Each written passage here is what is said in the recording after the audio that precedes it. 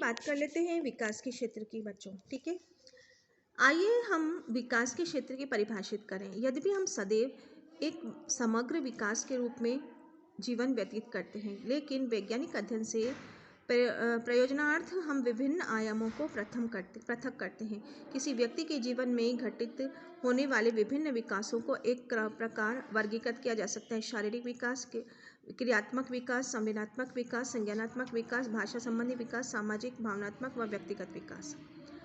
जो विकास के हम इतने भागों में विभाजित करते हैं, किस किस में कर रहे हैं? शारीरिक विकास के बारे में, मतलब शरीर विकास कर रहा है नहीं कर रहा है, उसके क्रियात्मक व्यवहार हो रहा है नहीं हो रहा है, कितना ग्रो हो रहा है, संवेदना उसके जागृत हुई है नहीं है, विभिन्न प्रकार की संवेदनाओं का उसके क्या स्तर रहा है, संज्ञान वो कर पा रहा है, वो समझ पा रहा है नहीं पा रहा है किसी भी चीज़ को, और भाषा संबंधी जो भी वो बोलेगा उसकी भाषा किस प्रकार की रहेगी, सामाजिक स्तर कैसा है, समाज में उस समय व्यवहार किस प्रकार हो रहा है, समाज से वो एक तारतम्यता बिठा पा रहा है नहीं बिठा पा रहा है, भावनात्मक उसके भावनात्मक विकास हुआ है नहीं हुआ है, व्यक्तिगत विकास हुआ है नहीं हुआ है। ठीक है, शारीरिक विकास का संबंध गर्भधारण के समय से लेकर आगे तक के शरीर की संरचना अनुपात के भौतिक परिवर्तन से है। क्रियात्मक मोटर विकास का संबंध शारीरिक गतिविधियों के नियंत्रण से है। इसमें कारण शरीर में विभिन्न भागों में बीच समन्वय बेहतर होता जाता है। शारीरिक वृद्धि से शरीर बढ़ता है। क्रियात्मक मोटर विकास से शरीर का सहज नियंत्रण और प्रभावी विकास होने लगता है। गतिविधियों पर नियंत्रण का अर्थ है कि शरीर की पेशियों की गतिविधियों पर नियंत्रण हो। क्रियात्मक विकास दो प्रकार से होते हैं, स्थूल क्रियात्मक विकास, सूक्ष्म क्रियात्मक विकास। स्थूल क्रियात्मक विकास का संबंध शरीर की बड़ी मांसपेशियों से गतिविधियों को नियंत्रण से है। स्थूल का मतलब संपूर्ण गतिविधियां जो मांसपेशियों की बड़ी बड़ी होती है उन पे हैं, जैसे कि कंधे, जंघों, ऊपरी भुजाओं, निम्न भुजाओं, उधर पीठ पेशियों की गतिविधियां आदि। इस नियंत्रण के परिणाम स्वरूप हम बैठ सकते हैं, झुक सकते हैं, चल सकते हैं, अपनी पूरी भुजा को हिला सकते हैं। सूक्ष्म क्रियात्मक विकास का संबंध शरीर की छोटी मांसपेशियों के नियंत्रण से है। कलाई है, अंगुलियां हैं, अंगूठी की पेशियां हैं। इस नियंत्रण के परिणाम स्वरूप हम लिख सकते हैं, पुस्तक के पन्ने पलट सकते हैं, सिलाई और बुनाई कर सकते हैं।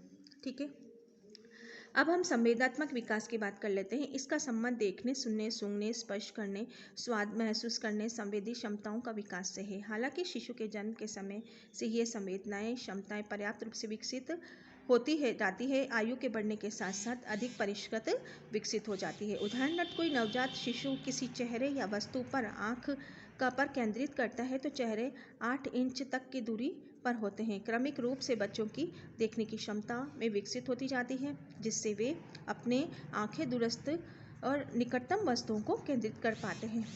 अब हम संज्ञानात्मक विकास की बात कर लेते हैं। इसका संबंध बच्चों के जन्म से लेकर सोचने विचारने की क्षमताओं को प्रकट करने से है। जैसे जैसे व्यक्ति की आयु बढ़ती है, उसके सोचने विचारने के तरीकों में गुणात्मक अंतर आ जाता है। सोचने विचारने से हमारे तरीकों में भी अंतर हमारी मानसिक संरचनाओं, अनुभवों को समझने में आए बदलावों के कारण आता है। इसे संज्ञानात्मक विकास कहा जा सकता है।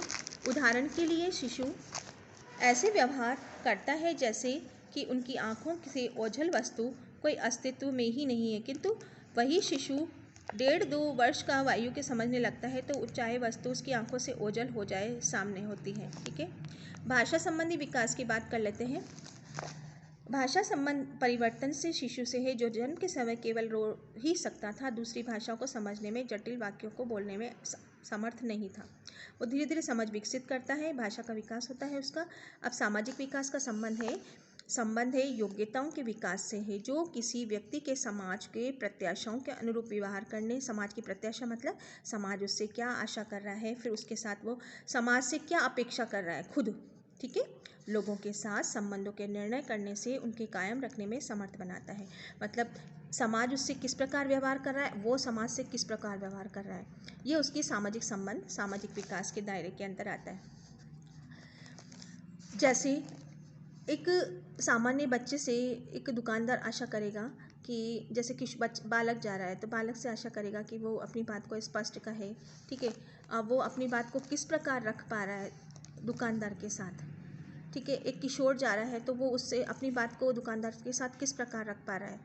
ठीक है, वो इंगित करके बता रहा है या उसको किस तरह से वो अपनी बात को व्यक्त कर पा रहा है, ये इसकी सामाजिक संबंध आ रहा है। फिर है भावनात्मक विकास की बात कर लेते हैं। भावनात्मक विकास का संबंध भावनाओं के उभरने और उसके व्यक्त करने से है। समाज स्वीकृत के तौर तरीके सीखने से व्यक्तिगत विकास का संबंध स्वयं से है। इसमें अपने विचारों का विकास शामिल होता है। वह कौन है, उनके पास कौन से व्यक्तिगत गुण हैं, कौशल हैं, अपने भविष्य के लिए उसको क्या आकांक्षा है। वास्तविक अर्थों में उपयुक्त सभी क्षेत्र एक ही क्षेत्र व्यक्ति के भिन्न भिन्न आयाम हैं। इनमें से इसी के रूप में समझना भी चाहिए, क्योंकि साइकिल चलाना एक शारीरिक आयाम सीखें किसी बच्चे के सदस्य भावनात्मक पक्ष का भी हो सकता है। डर और उत्साह का पक्ष होता है, जिसे साइकिल चालक सिखाते समय ध्यान में रखना चाहिए।